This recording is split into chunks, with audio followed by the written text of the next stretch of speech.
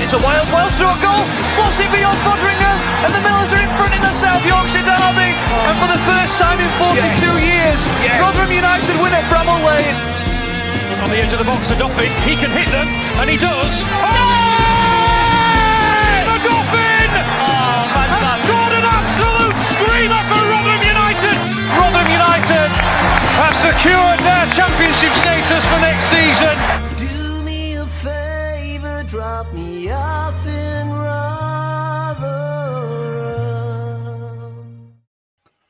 Good evening. Welcome everybody to New York Talk. This is the Rotherham United podcast, and we'll have some smiles tonight, I think.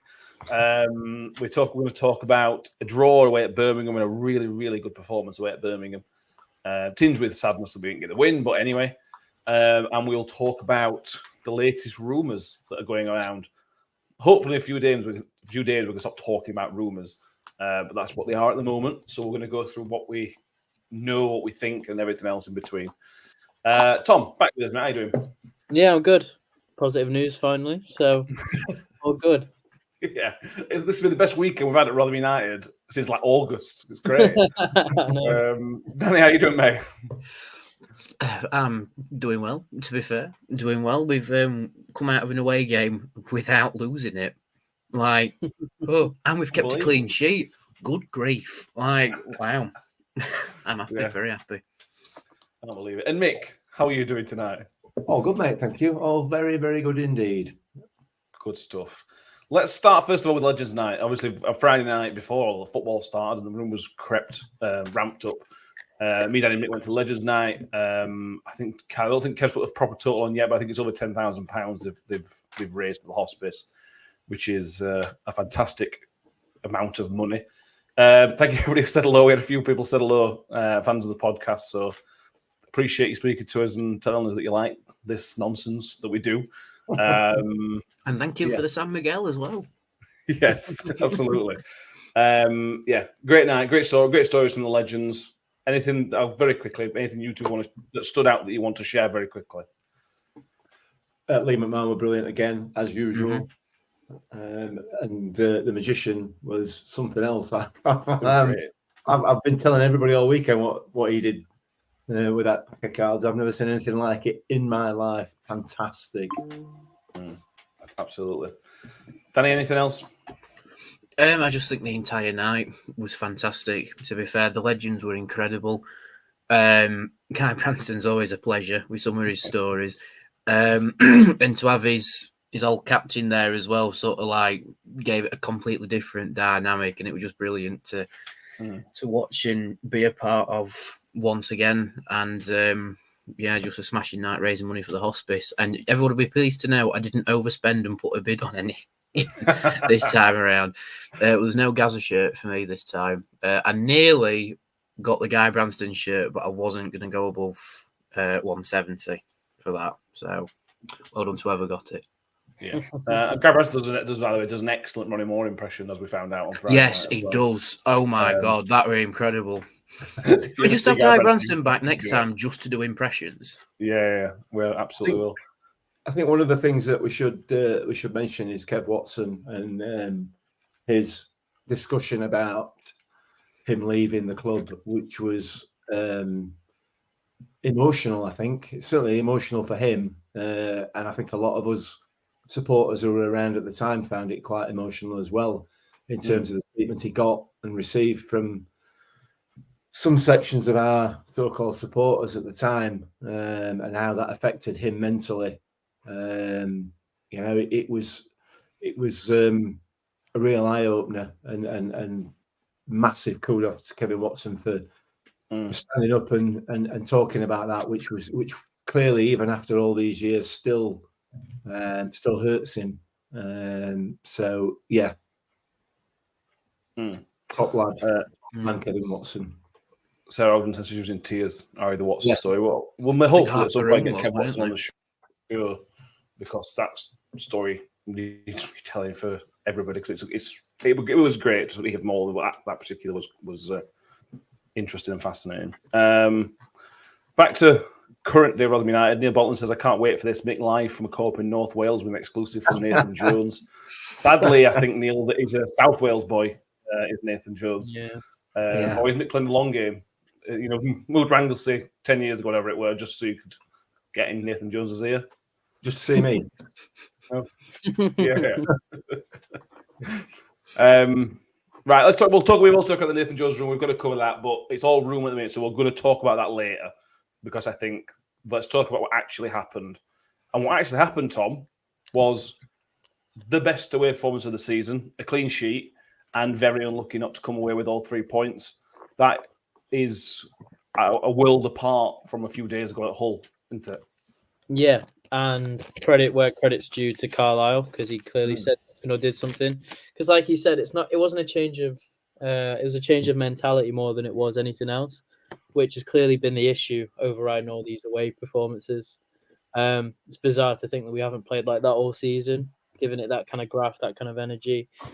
But I keep saying it, but that has to be if not the benchmark now for more results. It was weird seeing how good it can be compared to how bad it has been. It was, yeah. To be fair though, Danny, they started Birmingham were excellent to start with that first 20 minutes or so. I sort of felt, God, here we go. This is it again. They were on top of us. Dembele was having a whale of a time. We were under the cosh for that first 20 minutes, and what we didn't do was we didn't give away any really easy chances. We made them work hard for the chance. Although they were massively on top, we made them work hard for the chances they created, and we managed to really limit them in the time where they clearly thought they were going to be most effective at the start of the game. Yeah, I think Birmingham came out with quite a definite game plan in the beginning, which was like to hit us hard and fast. I mean, we're quite prone to conceding early. So I think that was their game plan, like get out and get at them straight away and, get a goal early. But yeah, we restricted him. We sort of stood fast against him in the beginning, like whether or not that was something that Wayne Carlisle has highlighted him, they've actually, it's actually bedded in with the players. I'm not too sure because I'm not at Roundwood with binoculars anymore. But the opening 20 minutes, yes, we were under the cosh, but it was like a different feeling of being under the cosh. Like we were allowing them chances, but dealing with it. And it wasn't like by the skin of your teeth surviving something. Like Victor's pulled off a good save early doors. But after that, it was just, we just dealt with it. We dealt with what was in front of us. And I think grew into the game as it went on, because I watched the highlights back. And the highlights are just all Rotherham basically for the second half. They didn't include the Dolphins sitter, which we'll cover in a little bit. But the first half, it was us dealing with Birmingham and then sort of creating our own chances after, like I say, about 20 minutes or so. But let's face it, we couldn't hit a bull's arse with a banjo in that game, could we? The luck was out completely with us in front of goal. And maybe that's the lingering thing from the lack of away confidence, that we showed as a lack of composure in front of goal. But it seems Wayne Carlisle certainly said the right thing and looked at the right things to shut the back door. We just couldn't open the front door, which was a shame because the amount of chances we created could have got us 3 goals easily.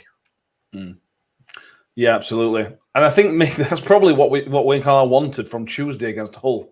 I think because up until it turned into a disaster, I think you saw elements of what we tried to do on Saturday. And it just shows if you defend properly, defense with a calm and cool head and everything else, which we're going to come on to with players stepping up, then you can hold these teams off that have got better players. You can hold them off and grow into the game. That's what we did. We grew into the game, didn't we? We did. And to be fair, when you saw the team sheet, when you realised or worked out how we were going to line up, I think you felt more confident that we were going to be better defensively because with the greatest respect to Sean Morrison and Grant Hall, they've hardly played a game all season. We know that Ayala is hit the ground running when he's got here. You know that Hakeem Adoffin is going to do you a very, very good job in the centre of that defence. So straight away, you've got the confidence in there. You've also got Lee Peltier out of the right back, whilst he's not not the quickest. He reads the game very well, and he's been in solid form. And then it was a surprise. The left side was a bit of a surprise, I think. But Revan had a really good game, and I think he's far more suited. That combination of Revan and Bramall is far better than playing them the other way around. Yeah. But yeah, I think we set up defensively straight away. We knew that we were going to get a better deal than we got on Tuesday night, which, to be fair, weren't that difficult. You could have put us back for him, would have got a bit of deal. So, True. But yeah, it kind of set the stage a little bit. We defended very well for the first 20 minutes and then grew into the game, which I think, I keep saying that, but that seems to me to be the game plan that Matt Taylor tried to implement, and Wayne Carlisle's continued to do that. Failed spectacularly against Hull, but yesterday we were successful with it. So yeah. Would you say that's our best back four then? No, I mean obviously. Cam Humphreys probably. Given injuries. Given injuries at the moment, sadly, I would have to say yes. And I say sadly because I don't want Akeem Adoffin in that back four. Really? He's so good midfield, isn't he, though? We could have had two. Yeah, but he's so good at the back. He is, yeah. But I mean, I suppose on the upside, if Victor gets injured, we can always put him in net. So yeah, true. I think Wayne Carlisle clearly listens to the podcast, because in the last show we said you could drop Axe into defence and cover there. We said he needs to play Nombe up top on his own. I think we mentioned starting Jamie Lindsay as well. So, hello Wayne, thank you for watching. Because everything we said on the last show, I think. Well, I want to start with Nombe, Tom, because he got dropped for the whole game. Me and many others were baffled by the decision to drop him from the whole game, and sadly that bafflement is justified by the way he performed on Saturday, because he played like he did against Leeds. He led the line. He pressured their defenders. Their defenders didn't like it at all. He's got that physicality about him. He's everything that Exeter fans told us he would be, the good side of him. That's all we're getting at the minute. Yeah. He obviously is a bit more clinical because he could have done better once or twice. But that is he's really built. He's growing into a championship striker at the minute for me. Yeah, definitely. He's if he adds goals to his game, he's the complete package. And I think a lot of us kind of owe him an apology then, because after the first 4 or 5 games, none of us saw where this could come from. But it's brilliant. Still a rawness to him, and he's obviously not quite the whole thing just yet. But if he was, he wouldn't be playing for us. He's that quick, that direct. He's good on the ball as well. He's good in the air. He's just an all-round good player. I mean, when he hit the bar, he didn't really hit the bar. He made that opportunity for himself, kind of thing. A lot of the stuff he's feeding off is stuff that he's doing himself. So, yeah, the goals will come, I'm sure. I'm sure if he would have scored in the last, against Leeds, or even if Rathbone would have squared it, I know we'll talk about that later, but if Rathbone would have squared it, that's another goal. These goals will come eventually. You just have to keep starting him. But although you're saying that, you were surprised he didn't play on Tuesday, I'm not entirely not surprised, but at the same time, he wanted to try a direct 2 up top. Yeah. And it didn't work. So he went back to Nombe by himself. But I don't blame Carlisle for trying that. I just blame him for not bringing on Nombe quicker than he did. I mean, by that time, we were already 3-0 down at half-time or whatever it was. So he couldn't have done much, but absolutely agreed. He needs to be our starting forward now, without a doubt. It's frustrating how long it's taken him to get that chance. Overall to get that chance. But yeah, fantastic player, and I think he was helped out by the wingers as well. They supported him when they needed to. Rathbone supported him when they needed to. I think it was an all-round. He obviously led the line really well, but it is about the players around him as well. And some people might say he didn't, but I'd special mention to Appia. I thought he had a decent game. Keep getting him playing, and I think he'll be a good player. Yeah, we're probably going to miss out some players tonight. We could name.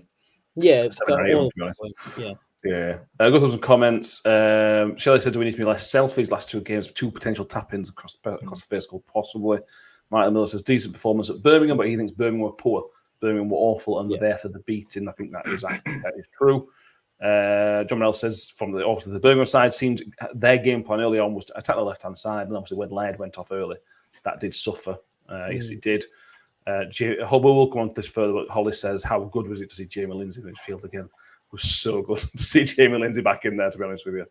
Back on Nombe, though, Danny, I am... We thought theory is with... Well, it's not theory, it's a bit of a thought, I suppose, that he might be better only on his own. Whenever we've seen him in a 2 this season, at any stage, he's really, really struggled being in that 2. He gets in other people's way. I'm not convinced about it. I think the only way that Nombe plays is to play up top on his own with extra support with the wingers and Rathbone like he did yesterday. That may be the only way he works, I think. Yeah, it certainly seemed that he was a lot better at pressing when he was up top just on his own. Like I said, because of the highlights that I've seen, we sort of created chances just by pressing Birmingham whilst they were trying to play out from the back, which is something that I've been calling out for a long, long time this season. Just keep pressing the ball and forcing mistakes. And I think it was the Paul Davis story of article on Birmingham, which said we played the 4-2-3-1, which is, which is a little bit new for us, because normally it's been like more of a 4-3-3 or even a 4-5-1. But what Carlisle said, and when Carlisle in his post-match said we play it all the time, and I didn't think we did. No, I didn't think we did either. Unless now it's more it's just got there, and now we actually know how to play it. But anyway, but yeah, I agree. Nombe works best as that. He's not quite a target man centre forward, because I don't think he's quite big enough. He's more like a mobile centre forward, with the wider players there to support him, and with Rathbone just in behind, like it's like the the little cog behind the centre forward sort of thing. That seems to suit Nombe really well, and I think when we've played at least that front 4, if you like, that's when we've seen the best of Nombe. And it's a few performances now, barring Hull, because where we've seen Nombe at his best, really. And he's getting in them scoring positions now. He has already got 1 goal to his name, but I think against Birmingham, we got into so many scoring positions, but like that little bit of away confidence crept in, and so there was not as much composure as there could have been. And like you said there, Tom, that headed chance, he just created it for himself, and he was so unlucky for it to not drop the right side of the crossbar as well. But like I say, we're starting to see the best of Nombe, and I think soon, potentially against Swansea, he might score again, if I'm being honest. Yeah, one of those games, mate, where you can always throw that at the striker that he hasn't scored, but he's not missed any great opportunities. The one chance he had was at the angle, and if he scored in the first half, if he scores from there, you say that's a great finish, and he's done well, really good to beat the keeper. It's not sitting there saying he's missing sitters. He's playing well, but not shooting or whatever. He's not really. He is feeding off scraps at the minute in terms of chances. He should have scored against Leeds. That clearance off the line from the Leeds player was a stunning clearance, and other moments like that. So I'm not, the lack of goals so far is not a worry for me, because he's looked fairly clinical. Yeah, I mean, I said this a few weeks ago. There's plenty more to come from Nombe. I don't think he's anywhere close to being the player he's going to be as of yet. There's a lot more. There's a lot more in there, and once we can get, if we can get into a position where we start creating more chances, and we're way off that at the moment, then he'll start to progress even quicker. He's definitely a damn good player, and will turn out to be a very, very effective striker at this level, I think, anyway. So yeah, he's been unlucky. Like you say, he could have had 2 tap-ins, one against Leeds, one against Birmingham, had we been a little bit more intelligent in the way that we played in that 18-yard box. So he's getting himself in the right positions, and as everybody else has said, his pressing is very good, and he's got the pace and everything else, and I'm sure he's got the composure to finish as well. He will develop into a really, really good investment, I think. I agree. Scott Kent says Nombe is the best striker at the club, in his opinion. Just needs to keep playing and the goals will come. Yeah. It helps you play wingers next to him, which I thought helped as Napier. Let's move on to Ayala. We could have started with Ayala, to be honest with you, Tom, because I thought Ayala was an absolute rock at the back. And I feel bad digging out another player by talking about what I thought Ayala is what we thought Sean Morrison would be, to be honest with you. I thought Ayala won everything in the air. He was there organising everybody. He is that type of player who just drags everybody up by the scruff of the neck and just come on, get on with it. He's like Mick said earlier, he's just hit the ground running, Ayala. It looks brilliant. Yeah, you wouldn't drop him, would you? But yeah, it's all about if you don't get injured. That's the only Yes. You've said it now, Tom. Well, I mean, someone was bound to say it at some point because you're right. He's fantastic, and it's like you said, everything in the air, everything on the floor. He won. There was a minute when he was absolutely pressing on the left wing. And it was ridiculous to think that he's 30, whatever, 33, and not played for 6 months or whatever it may be, and looked fit, strong, purposeful. Like you're saying, organised the defence. I think it really helped. Again, Mick, this is it. I think it really helped having Hacks there for the legs. I can't see him not playing there now. I just can't. I can't see you bringing Hall into that defence or Morrison into that, especially alongside Ayala, because it would just be too exposed for pace. I think there was still a bit of rust in there with him. I think a couple passes he was a bit astray. But yeah, he looks like a right coup. I've got no idea how we managed to get that to happen. I mean, it was such bizarre luck with Green getting injured for the season and then him being brought in. But my God, it's worked out for the best, especially with, our central defender issues with injuries. But I completely agree. I don't think Morrison and Hall can't be like that. I just think they haven't shown it yet. And whether or not these sort of performances make them think, well, we aren't guaranteed a place if we're fit and whatever, then hopefully it's a case of they'll improve their performances if he improves his, etc. Kind of a fight for your place kind of scenario. So, hopefully they get better, but he doesn't look out of place at all. He looks like a proper defender, and one I'd be more than happy to see play every week. Yeah, 100%. He's got his limitations. He is very slow, Danny, and sometimes he moves like not all of his legs are his own. Sometimes, but like Tom says, when you've got something like Hacks there or Cameron Frizz or Tyler Blackett when they're fit, that just allows that extra bit of freedom from Ayala to sort of go, I can go and attack that ball in the middle of the pitch because I've got this cover. Whereas Sean Morris and Grant Hall can't cover as well. They ain't got the legs, have they? So that Hacks back there seems a bit of a masterstroke from Saturday. Yeah, I think so. I mean, like you say, it's funny enough, it's the experienced heads that have, that are getting on a bit. Sounds a bit too harsh, but they're not as quick as as they used to be. But the experience helps, and it's just have to rejig your system at the back really, just to accommodate it a little bit. Like I say, Ayala, I've noticed that he's got quite a large turning circle. Yeah, very large turning circle. So having someone like Hacks, who's, like I say, got the legs, is quite beneficial because it allows them to attack the ball, but also have cover in behind. We are massively missing Cam Humphreys, I think, because he would play that role down to a T. I mean, we've seen him play it with Peltier and with Woody last season, where they'd step out and attack the ball, and Humphreys would be straight into his cover. And the only other centre half that could do that's currently on loan at Barnsley. Isn't championship standard yet. So yeah, we just had to tweak how we play really. And Adolphine being as versatile as he is allows us to still play with the more experienced heads and stepping out because he just does the job anywhere. He do your job as an attacking midfielder, defensive midfielder, or as a centre back. He's almost like a more versatile version of Ben Wiles. Because Hacks can legit play anywhere.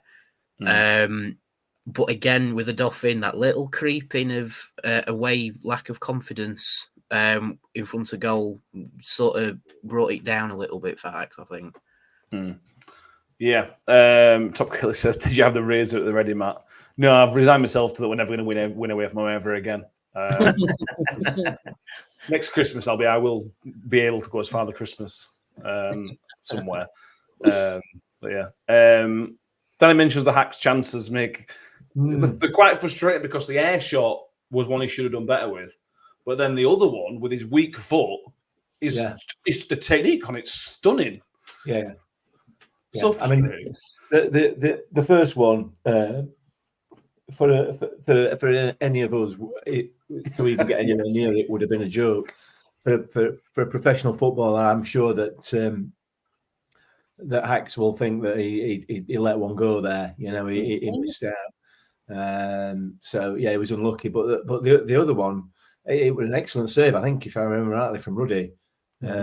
He caught it so well with his left foot. It was probably a little bit low, as it you know, it was quite a straightforward, albeit a decent looking save. But yeah, I think he'd be kicking himself on the one that he missed completely. He just got too far. We went past it, didn't he? Yeah, he did. Yeah, but he's getting himself into those positions, you know, and it's we love him to bits, and you know that he's going to bang some goals in, no matter where he plays on the pitch. But certainly from that midfield position, he's going to get some goals from open play. Yeah. If he's playing at the back, it's more likely to be from set pieces. But he was unlucky. I'm going to put it down to bad luck rather than anything else, because under normal circumstances, you'd want that to fall to Akeem Adofin, wouldn't you? Both of them. Yeah, absolutely. There's quite a lot to talk about tonight, to be honest with you. Alan Cox says, do you think Lembikisa needs to be in midfield? It's a good shout, that. It's interesting, this, Tom, because I thought Peltz was excellent yesterday, and he was better than Lembikisa's probably been all season. Yeah, and when Lembikisa came on, I thought, oh God, no. Then he moved in midfield, and I thought it was decent, and he didn't cause any problems. I thought he got caught out once, maybe. I thought he's better for us further forward, just because he's got an extra layer of protection, I think.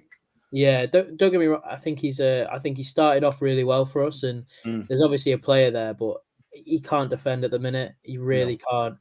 His confidence is shot, or whatever reason it is, he really can't. He dives in when he should stand off, and he stands off when he should, be getting tighter and more aggressive.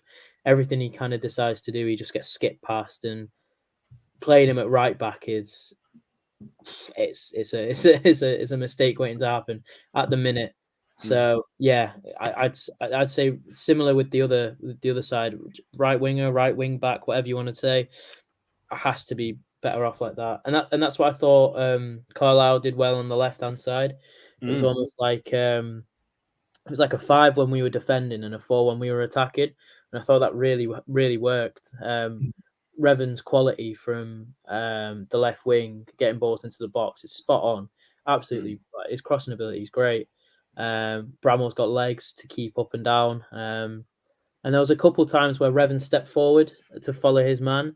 And a lot of the time when Bramall at left back would step forward, nobody would cover that space, and there'd be a big gap in behind our centre backs. But whereas, because Bramall is naturally a left back, he covers inside, and it kind of just worked a bit better. It was an aggressive 5 or a defensive 4, if that makes sense.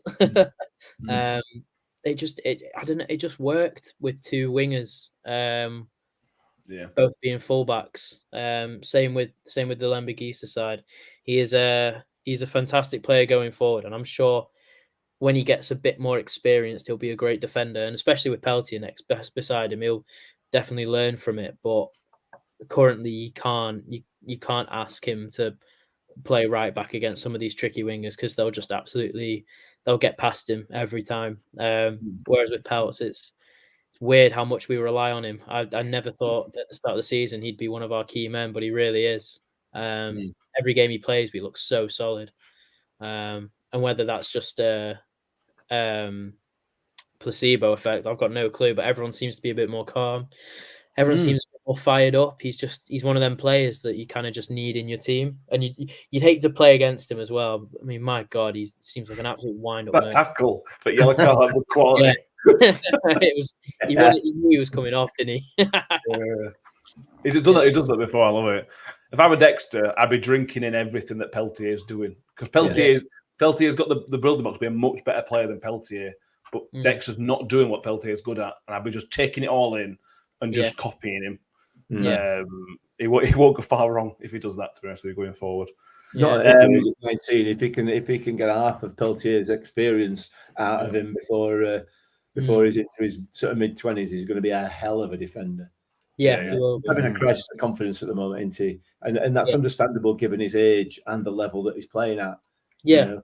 absolutely agreed. I don't think it's any fault of his own. I think he's been in a poor team who've conceded a lot of goals, and it's going to naturally knock your confidence. Yeah. Whereas if he kind of regains that, if we start getting wins, he'll start regaining his confidence. And we know going forward, he's a fantastic footballer. It's just defensively where he can lack a bit. If he just shows it up, he will be a starting right back again. But for now, you just have to pick pelts every day. Yeah, completely agree. Moving on to the left, Danny. This is also something else we mentioned on the podcast. Not to toot his own horn too much, but if you're going to play Revan and Bramall has to be the one further forward.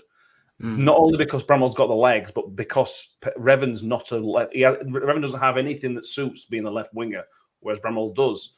And I felt like Revan, particularly against Leeds and especially against Hull, was completely hung out to dry. But as Tom said, in that left-back position, it looked a natural, and that was Revan's best game for us so far. And although Bramall wasn't amazing, I thought Bramall was decent as well. Yeah, I mean, it helps that we've now got enough cover at the back to not play Bramall as a left-sided centre-back as well. Yeah. With Revan out wider. So yeah, it sort of suits Revan a little bit. Like to say, he's still, on the young side, he's a lot more defensively orientated. And it's a similar case with Lemmy. So with Bramall, he's sort of got that bit of cover in behind him, so he can go on them runs and not have to blow a gasket, get him back if he loses the ball or play sort of passes him by a little bit. Like I say, I don't think it was amazing completely. I thought in some places it was very quiet. But Bramall's definitely more suited to be a bit more further forward. He's more of a wing back rather than a left back. Yes. Whereas I think Revan's more of a left back than a wing back, and Bramall can really bomb for. I mean, we saw it under Paul Warne as well. Like Bramall was more of your wing back sort of role. And it suits him more because he's got the pace. I'd be surprised if he's not our fastest player. He's got defensive in problems as well. He's not great defensively, is he? Yeah, it can do the job there, but he just wouldn't be your first choice. I don't think. I think he's definitely more suited to bombing forward and then providing the cover when necessary. Whereas Revan's less inclined to bomb forward, and he is the cover. And it's just if Revan steps out, then Bramall steps in, that sort of thing. But yeah, I like to see Bramall bomb forward a bit more and support Nombe potentially, because it seems to suit us a bit better. Like this was one of our strongest away performances, probably the strongest of this season so far. As a complete game, I'd say the second 45 against Southampton was stronger. But as an overall game plan, this one was the strongest away game itself, I think. And it's actually put in quite a nice application for Wayne Carlisle to get the job permanently, because he's able to get that performance out of him. However, I don't think we will give it Wayne Carlisle, but it's certainly got him going again. It may have put himself in the frame for another job, not ours. Yeah. I don't know. I think he'll stay on. I won't be again. We'll talk about that. Yeah. We'll talk about that in a minute. Just on maybe refereeing things, John Morel says Peltier got away with a cheeky slap on Dembele. Yes, he did. This was the booking, I think. He got booked, then gave Dembele a little tap. He was lucky not to get a card for that. Also, Mick, Bramall was very, very lucky not to get sent off. Basically, just punch. He wasn't a punch really, but just tapping one of their players on top of his head and got a booking for it. That was really, really silly. And for me, it's just slapped on top of head. It's a red card. Yeah, it was a red. It was mad, wasn't it? I thought it was Peltz that had done that, to be honest. I'm pretty sure it was Peltier. But either way, whether it was Peltier or Bramall, how the referee came out without giving a yellow card is beyond me. Yeah. My initial thought when I saw it happen, my initial thought was that it just thrown himself onto the floor. Then when I saw the replay, I thought, well, that's got to be a red card. How he can come out with that with a yellow suggests to me that the referee didn't see it. Yes, which is Can't good. think of any other reason. But He's got if he booked for didn't it. see it, he then can't give a yellow. You know. I think he's guessed, hasn't it? Yeah. So, but we're not going to get onto referees because I know Mike's in the comments and everything else. This is a referee from the Wednesday game, and he just gives absolutely everything and nothing for no apparent reason. And but that one I don't think he saw. I'm sure he didn't see it because it should have been a red. I agree, but the good thing is it gave something for it, which means they're coming in a retrospective action, which is the good thing. Yeah, absolutely. We were lucky not to go into 10 men at a really key time in the game. That were really, really, really silly from Bramall. I thought I'm sure it was Peltier, but there you go. I think John's mentioned in the comments it ran right in front of it. It was Pelt. That was a different one, though, weren't it? I don't know. All right. Because Peltier cleaned Dembele out and got a booking. Yeah. And then slapped him at the same. It wasn't a slap. It was just sort of a clip round ear time kind of thing. I think they were different things. I don't know. You're right. It was Bramall because Bramall was tracking back and Dembele. He just got in his way, didn't he? He deliberately got in his way 2 or 3 times. It was like James who'd come on. Yeah, 86 minutes, so it would have been very late on. So, but yeah, for me, the ref must have seen something, otherwise he would have no justification. I think he knows something's happened. I think that's what it is. And I think between him and his officials, they've assumed that something has happened that warrants a yellow card. If he's seen that knock on head, he would have had to send him off. Yeah, absolutely. Yeah. But anyway, moving on to the Rathbone chance, Tom. Oh God! This was just a handball. Move on. I thought it was handball. Nobody else has mentioned anything. Yeah, I thought it was handball. No. I thought it was a handball. I think Rathbone has to finish that no matter what. Yes. I think the fact that he hasn't scored it's completely on him. Absolutely should score it. But having said that, it's a handball. The way that it's not gone in is because somebody has handballed it off the line. Therefore, it's a red card and a penalty. So potentially going 1-0 up with 10 men. Yeah, I think that's that's all you can really say on it. I mean, obviously, there's the whole if he squares it, then Nombe has attacked him. But I think in that position, it's a rush of blood, and I don't think he even looked up. I can't imagine he would have passed it there. Has to score. The fact he hasn't is mind-boggling and just goes to show our form away. But having said that, I thought he handballed it on the line. So, red card and a penalty. But then again, like John's just said, it's so tough to see, but it was. I don't blame the ref for not giving it. Yeah, it would happen very quickly, and none of the replays are definitive. Is what I would say. Yeah, I think it is, but it's not one of those where we're going to dig a referee out for that. I don't think. I think it was, but it was happened so quickly. Probably was quite far away as well, bearing in mind the circumstances that it happened.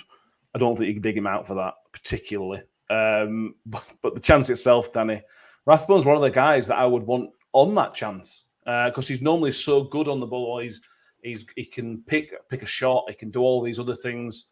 I was just shocked that he didn't go in. Genuinely, just blew my mind. Sadly, I mean, to be fair, my reaction to seeing it echoed Rathbone's reaction on the pitch. To be fair, he's got his head in his hands and he's on the floor. Yeah, and I think that's why it's, I don't know, almost suspicious behaviour because Rathbone thinks he scored as soon as it's left his boot. And I think 9 out of 10 times that just goes in, doesn't it?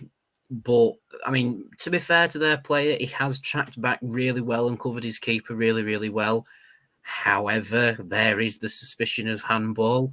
One of the few times I'd actually call VAR into it, but at the same time, I think the slap on the head, if that got reviewed by VAR, that would have been us down to 10 men as well. So swings and roundabouts. But you sort of see his arms up. You know, his arms up and out to the side. It's not within the confines of his body. So by definition of the law, it's in an unnatural position and is prevented the goal, which is a penalty and a sending off. I think it is. If the ref sees it, it would have had to give him that, yeah. Yeah, but you know, referee's not seeing it, and Rathbone has just echoed the emotion of at least 900 Rotherham fans that were there or whatever. Nobody claimed it. Nobody claimed it either.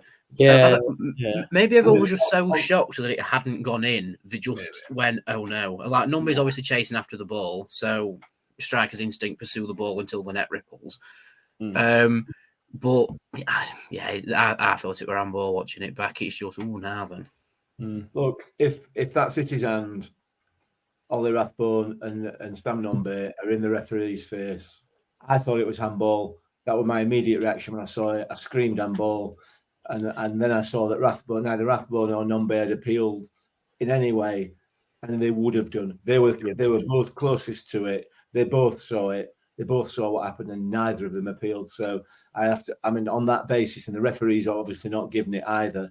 So you've got three people there, all of whom were close to it, and none of them thought it were handball. So on that basis, I'm going, it probably wasn't, although my thought was that it was.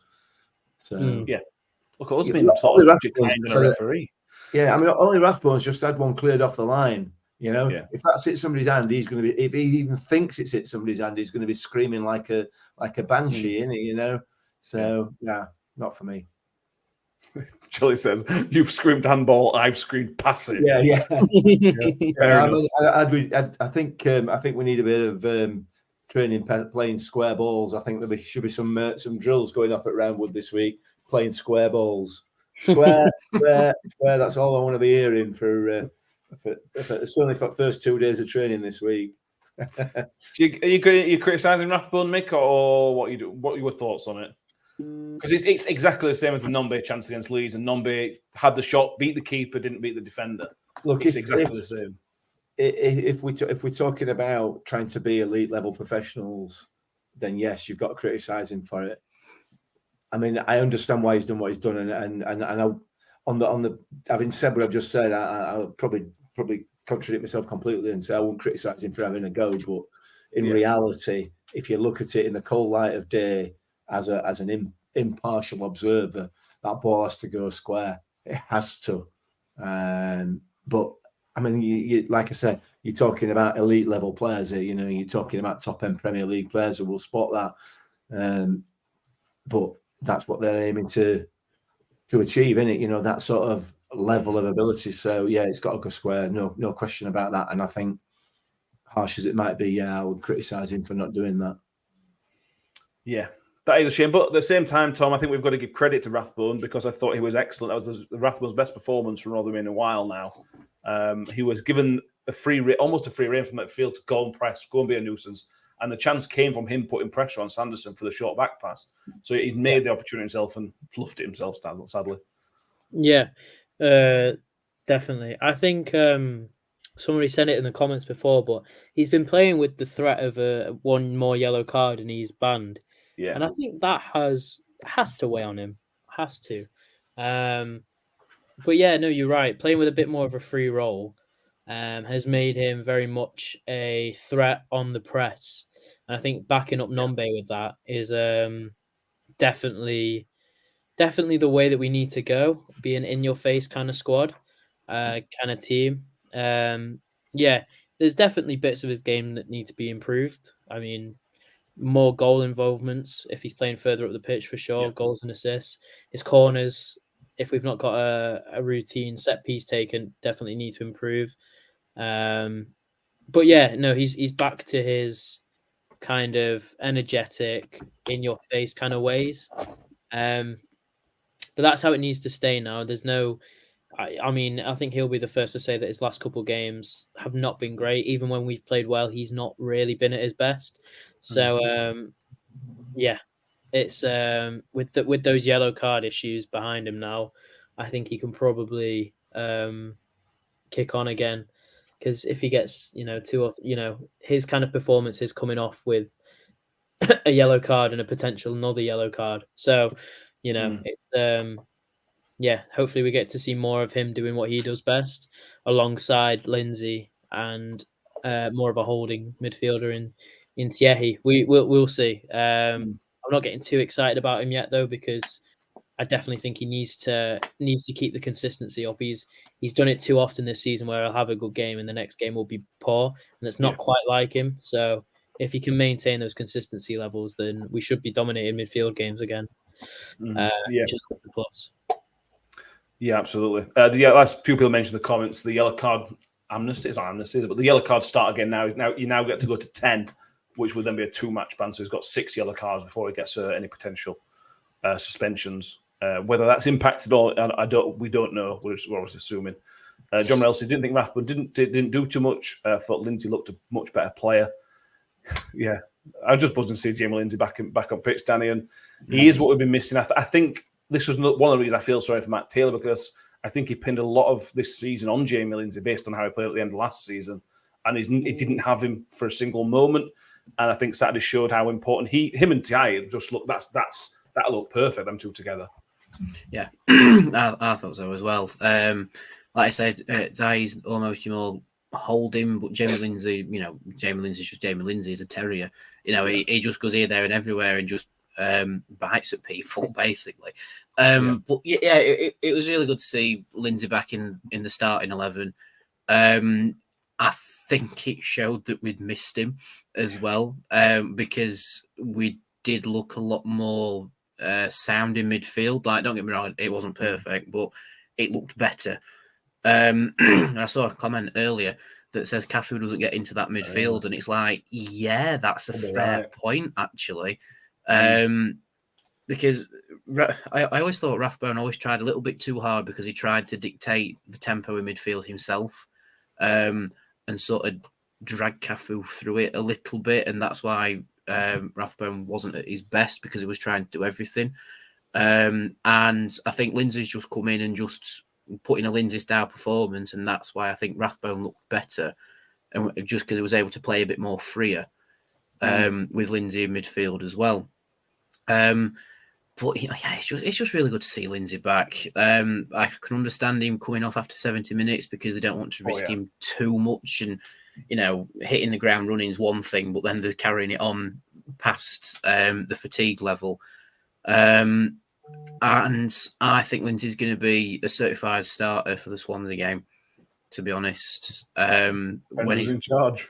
Well, it depends on who's in charge, yeah. But if it's the same management staff, which I don't think it will be, but if it is, Lindsay's a certified starter, because that midfield three worked so much better than the other ones that we've seen. Yeah. Do you think it was this is going to sound so rogue, but do you think it was a Lindsay style performance? Because I didn't think it was. I thought he played well, but I don't think it was getting at players and being on their heels. I thought he dealt with the ball really well. One of his issues on the ball. I thought on ball it was excellent. Yeah. I think it was a Lindsay style performance if you tell him to be a more on the ball midfielder rather than a nippy midfielder, which seems to be how we want to play midfield when we actually use midfield. It's definitely more on the ball orientated under Matt Taylor and now Wayne Carlisle. And I think Lindsay's adapted quite well to that.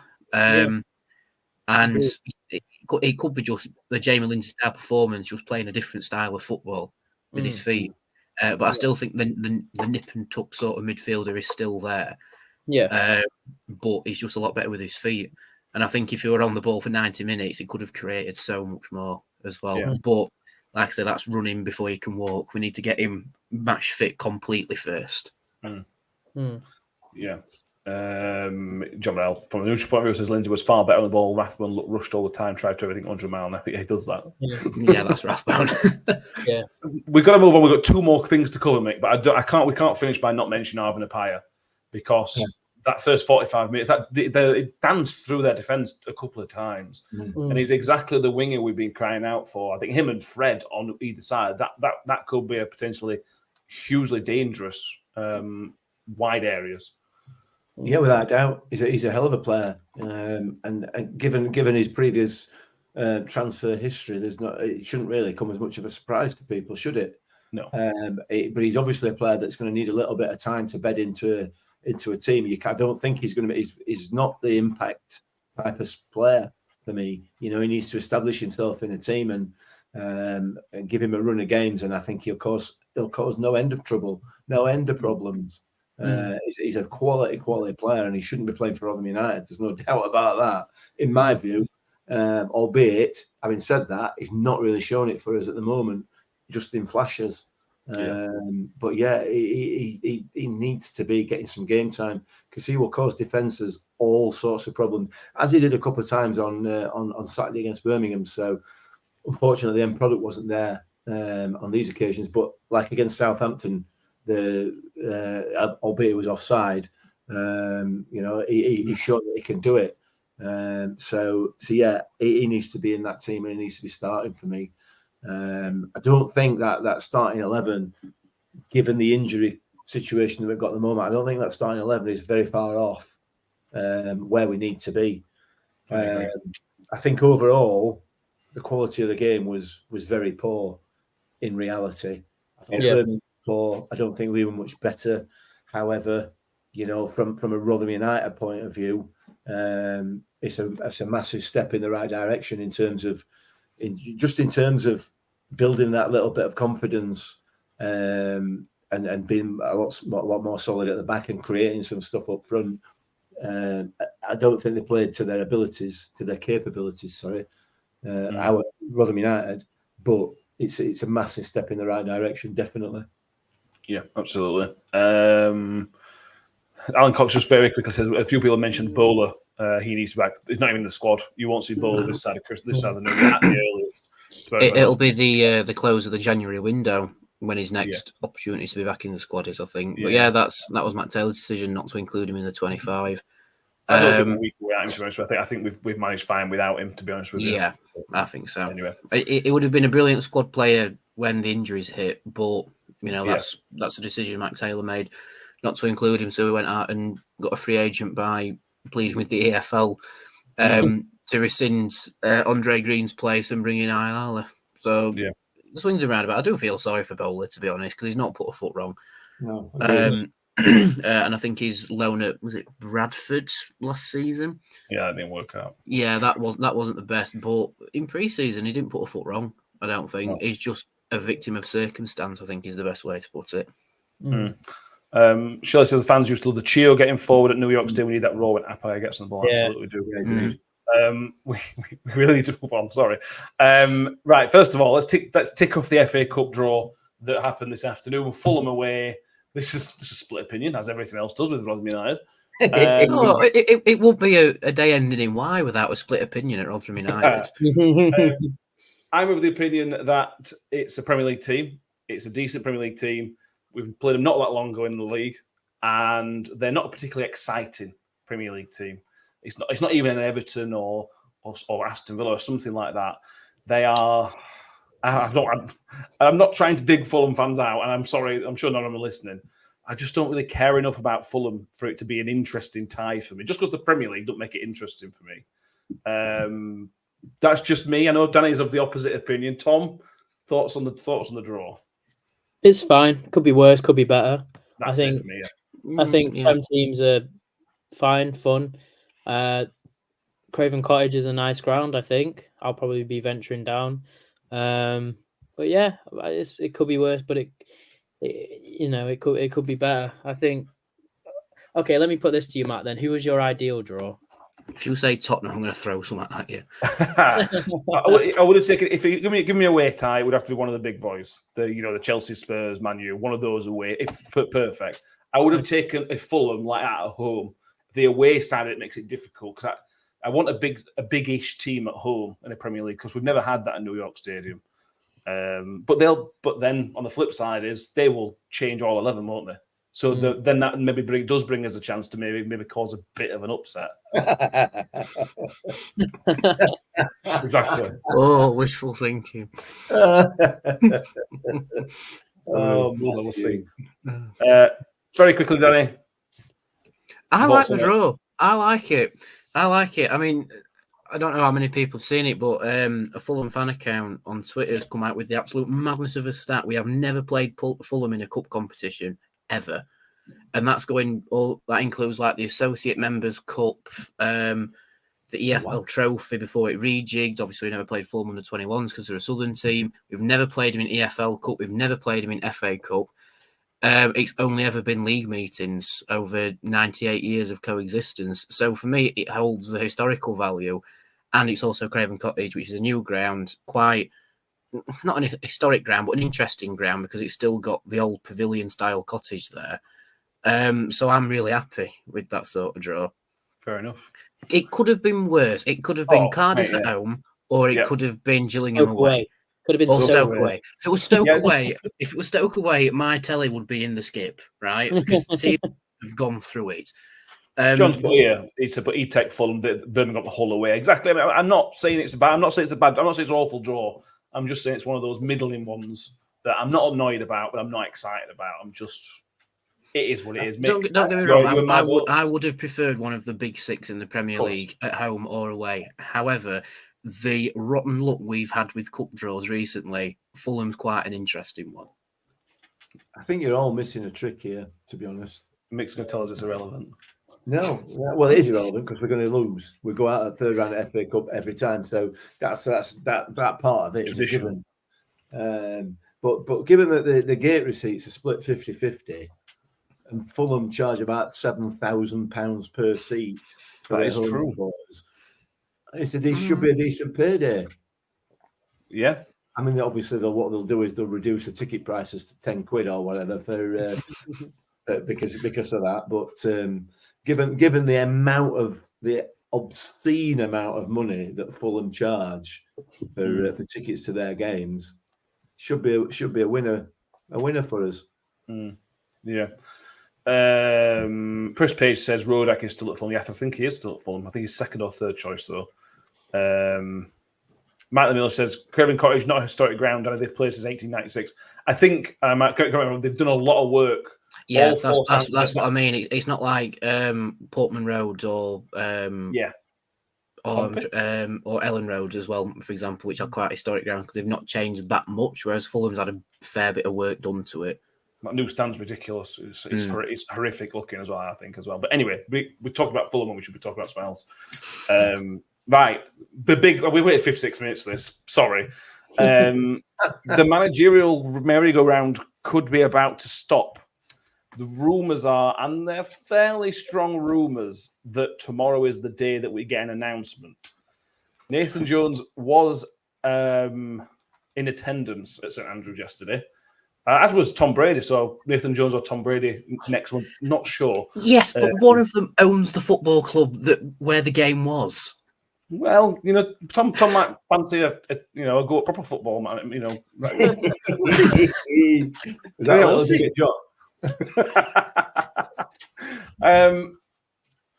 know, Mick, is the answer. We can all say that what the rumours are, and we have all seen the rumours. The rumour is that it's essentially a done deal and going to be announced tomorrow.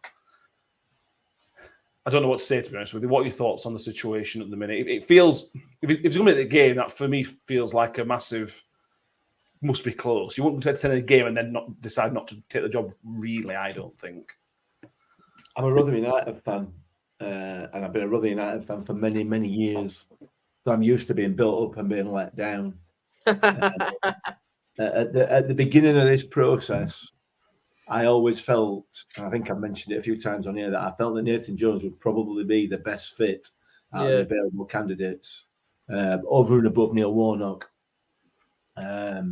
which was never a realistic possibility anyway, given his unavailability until the new year. So I always felt that Jones would be the best possible option that we could get. And now it's looking close. If you look at it from an outsider's point of view, not knowing anything about Rotherham United, and you're completely impartial. He's had an interview. Things that you know that things have been ongoing in the background, and then he turns up prior to any announcement of manager. He turns up to watch a game that he has no other affiliation to whatsoever, other than one of the clubs. Potentially, he's going to be employed by one of the clubs, and it's not Birmingham, obviously. So it kind of is starting to point to the fact that it's going to be him. But I feel like we're going to get let down. I just feel like I feel like it's too good to be true, because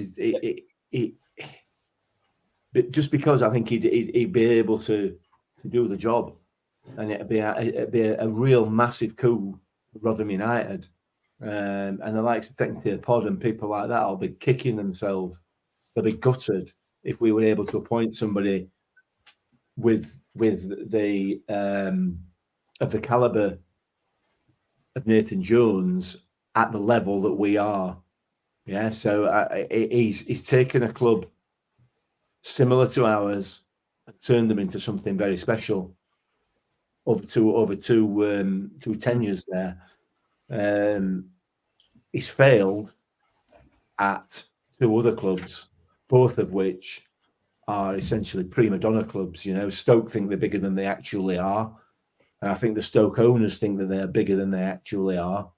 And he failed there, and then obviously Southampton are Premier League. You know, they're a Premier League club. How can you possibly fail there? Well, yeah, because they're a Premier League club, and they think that that's what they should be. And I don't think his personality reflects that kind of attitude. You know, his personality seems to be one of siege mentality. Dig in, we're the underdogs, we can do it, we can work hard, and we can deal with this, we can do it. You know, it comes from an area of the country that's similar to our area. You know, where it's a working class area where people have always been the underdogs, and it's I don't know, it's all a bit sort of airy fairy, that what I've just said there, but it's a culture, isn't it? You know, it's a culture, and it's a state of mind, and he seems to have that in buckets. So for me, it would be an excellent appointment, but I just feel I'm really concerned personally about Tony Stewart and what he's likely to do, and whether he can see the wood for the trees, and whether he just all of a sudden that cheap option becomes the best one for him. It concerns me. It worries me. But I genuinely believe, and I know Mike in the comments there is clearly not convinced. It would be a huge coup for us. I genuinely believe that, because he should be managing a bigger club than Rotherham United in reality. Yeah. Let's just wrap up the sort of Paul Davis picture now. For the Paul Davis picture, you can't tell who it is. What I would say is either Paul Davis has actually seen him and knows that it's him, or he's been informed by somebody else. Nathan Jones is there. Paul Davis is not going to take a picture of a random bloke and tell us it's Nathan Jones when it's not. He's a journalist who does his research. He's not a clickbaity kind of guy.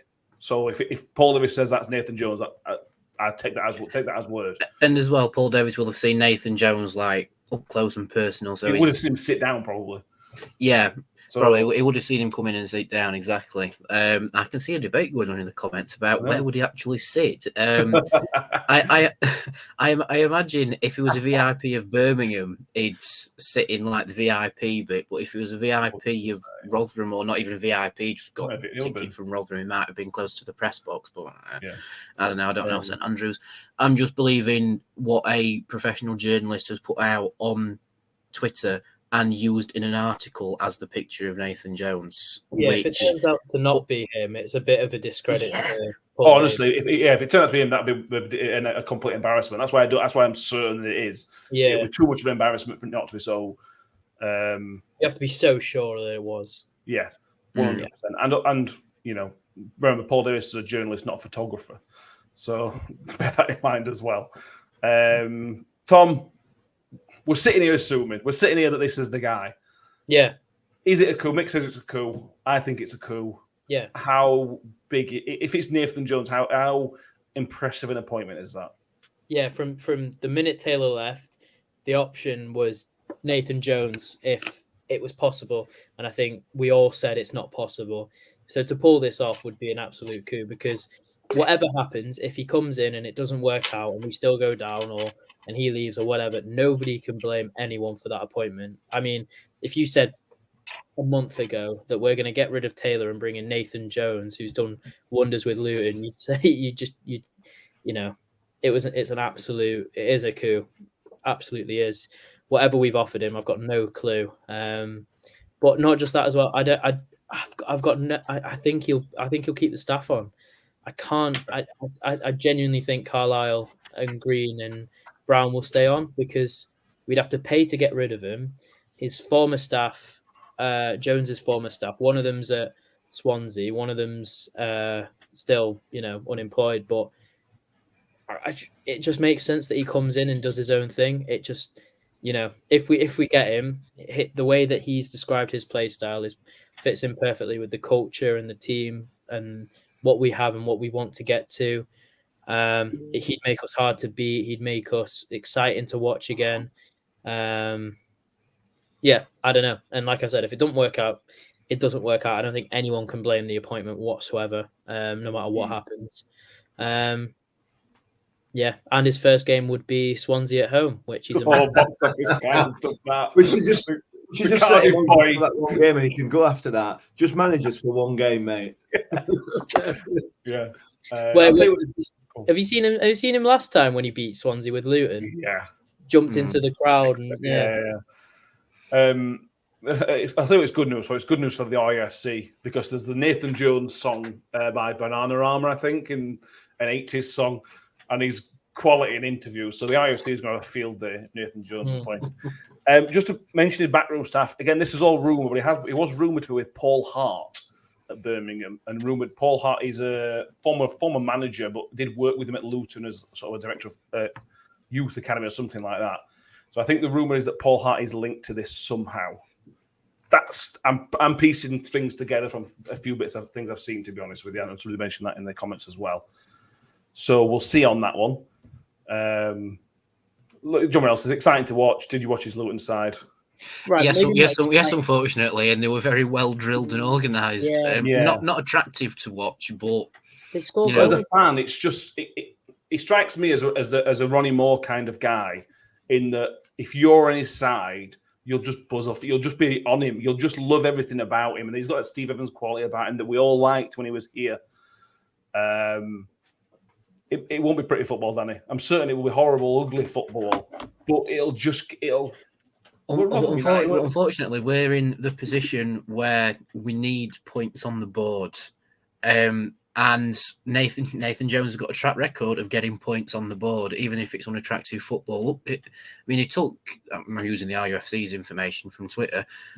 He took Luton out of League Two, left him for a little bit, and came back, and then took him up the table in the Championship by playing his style of football.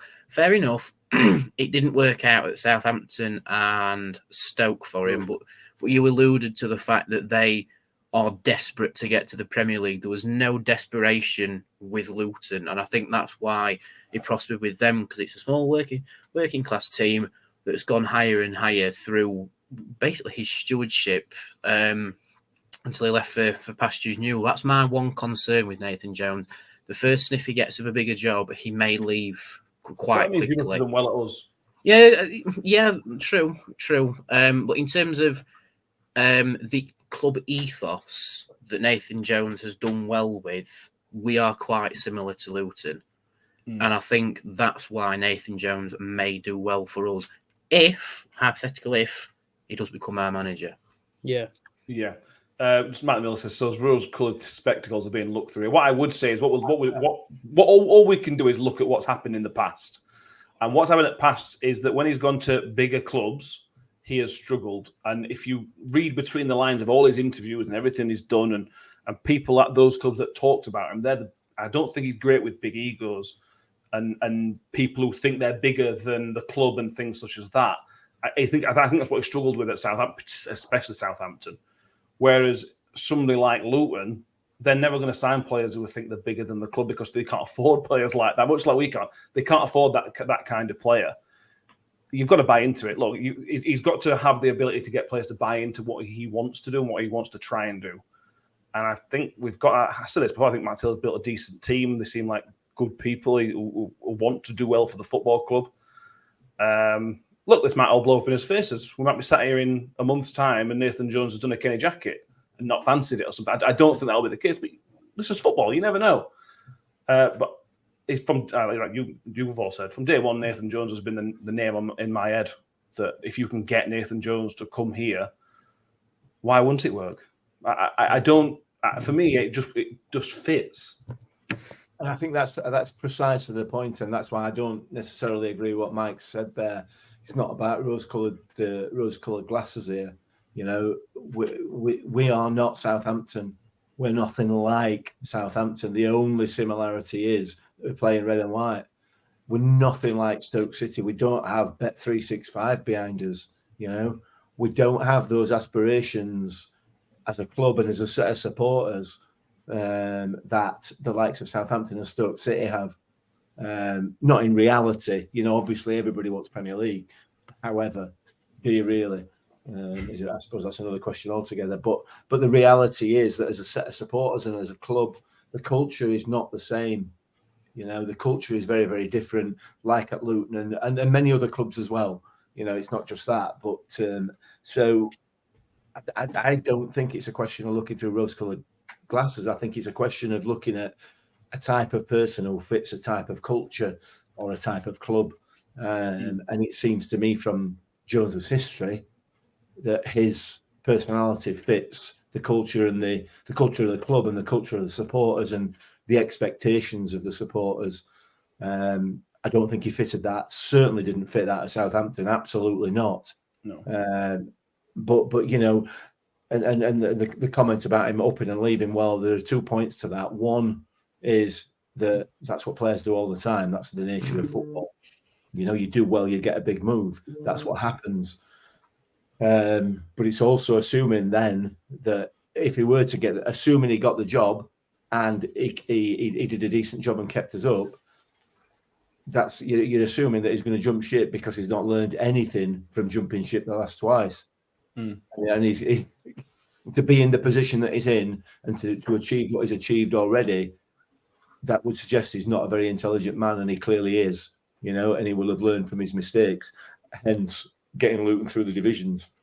He's not done that by not learning from mistakes. So we'll have to wait and see. We're talking about him now as though he's already been appointed, and my concern is that Mark Bonner. Yeah, because Mark Bonner's obviously been sacked, hasn't he? So no, I meant last year, Mark Bonner. The situation with Mark Bonner last year. Yeah. He may decide it's not for him. We don't know. Yeah, but we'll have to wait and see. But yeah, for me, I'm on for it. Up for it. Yeah, I had a message from somebody else saying, "Is this the first time as English we will accept the Welsh accent?" We can deal with it. I can deal with it. I have no issue with that. Here's a question: when was the last time Rotherham had a Welsh manager? Alan Nill. Really? Yeah. And look what he's gone on to do. And he's not managed particularly at a high level, but as a coach, he is hugely respected. Not that that's got anything at all to do with him being Welsh. So I'm a big fan of Welsh. I am. So I go there a lot, and I love it. And I love the people I've met there as well. So. Right, look for comments before we finish because we've gone long. I thought we would go long tonight, so apologies. But Mike Miller says if it is Jones, at least he's relieved it's not Evans. Oh God, yeah. Ahmed's got a meme ready for the Jones. And let's just hope you're right if it's Jones. If Sarah Ogden thinks we'll probably want to go on at Sheffield Wednesday. I think that's right. I think we're a better fit for Jones than what it would have been for Sheffield Wednesday. Sheffield Wednesday are too big. I think there would have been too much pressure on him. It'd have been similar to Stoke. I think. Yeah. I take you back to what I've just said there. Yeah. Absolutely right. Not a fit for him. No. John Morrell says he will better than what you've had, and that's all you can ask for, even though he is a annoying little twerp who needs a slap. I like that kind of guy. That's coming from a man who supports a club managed by Wayne Rooney.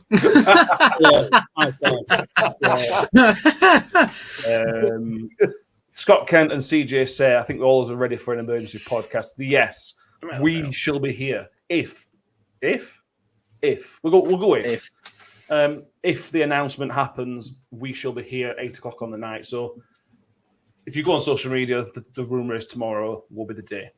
That's all we can say. Sorry to anyone expecting us to be on at like 1:00, just as the thing actually gets announced or something like that. No, it's going to be 8:00. We all have lives, I'll be honest with you. I will be very surprised if we don't get an announcement that Nathan Jones is manager tomorrow. That's my feeling with the situation right now. We all said the same against jinx it. Well, we've got to be. That's how I feel. But I said we all said the same about Mark Bonner 12 months ago, didn't we? Yeah, when the rumours were coming through, when it was 1.2 whatever for the bookies odds. So I am worked for United, but that's where I sit at the minute. But we'll see. Thank you all for being with us tonight. Make sure you like the video and subscribed because we're still keeping to 1,300. We've got 1,300 subscribers at the end of the emergency podcast. I think that's what we want. Nathan Jones has 1,300 subscribers. Yes, if Nathan Jones, are you watching this, just hit subscribe. Wayne Carl, you're always listening because I know you copied all our tactics from last episode, so I know you're watching. Make sure you're subscribed.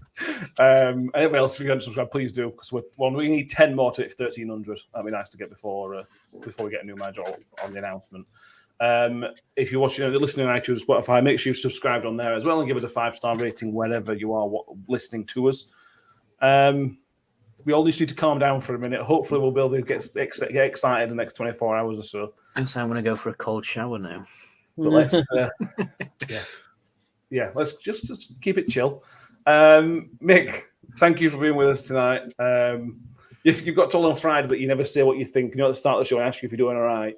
The people didn't think that you always say how you really felt. How do you feel right now as we leave? I'm nervous. I'm concerned. Yeah. Your typical pessimistic Rotherham fan as we sit here at the moment, waiting to be proved wrong, hoping to be proved wrong. Me too. I hope you prove wrong. Danny, happy? Nervous? Fairly, yeah, fairly. I'll be happier when it is actually announced who the manager is, and I hope it's tomorrow. I hope to be doing laps around Meadowhall that it's Nathan Jones. Tom, all right, mate? Yeah, this time 24 hours, hopefully be a lot better. But yeah, no, I'm the same as Mick. I'm just nervous now, apprehensive. It's been, I'm so excited for this to be over. I'm more excited for this to be over than potentially getting Nathan Jones out. This chase feels like it's just gone on. I know it has gone on for quite a long time. It's felt endless, and at times. Agreed. If it's announced tomorrow that it's Gary Rowett, I won't be disappointed. Oh, I'll be talking about that. Yeah. I just kind of want it over with now. Yeah, exactly. It's like that thing from Monty Python where they keep just going, get on with it. That's where we're at now, isn't it? Yeah. My God. Thank you all who've stuck with us. It's one of the longest ones we've done in a while. I probably understand why. So thank you all for being with us. We will be back. We'll be back on Thursday. At the latest, we'll be back on Thursday, if not before. Keep an eye on the socials. If you see a tweet that there's a new manager, you'll see a tweet that there's going to be an emergency podcast. So yeah. Thank you, Mick. Thank you, Danny. Thank you, Tom. Thank you who was with us tonight. And we'll see you next time. Up the Millers. Up the Millers. Slides into Wales through a goal, slots it beyond Fodringham, and the Millers are in front in the South Yorkshire derby. And for the first time in 42 years, Rotherham United win at Bramall Lane. On the edge of the box for Duffy, he can hit them, and he does. The Dolphin has scored an absolute screamer for Rotherham United. Rotherham United have secured their championship status for next season.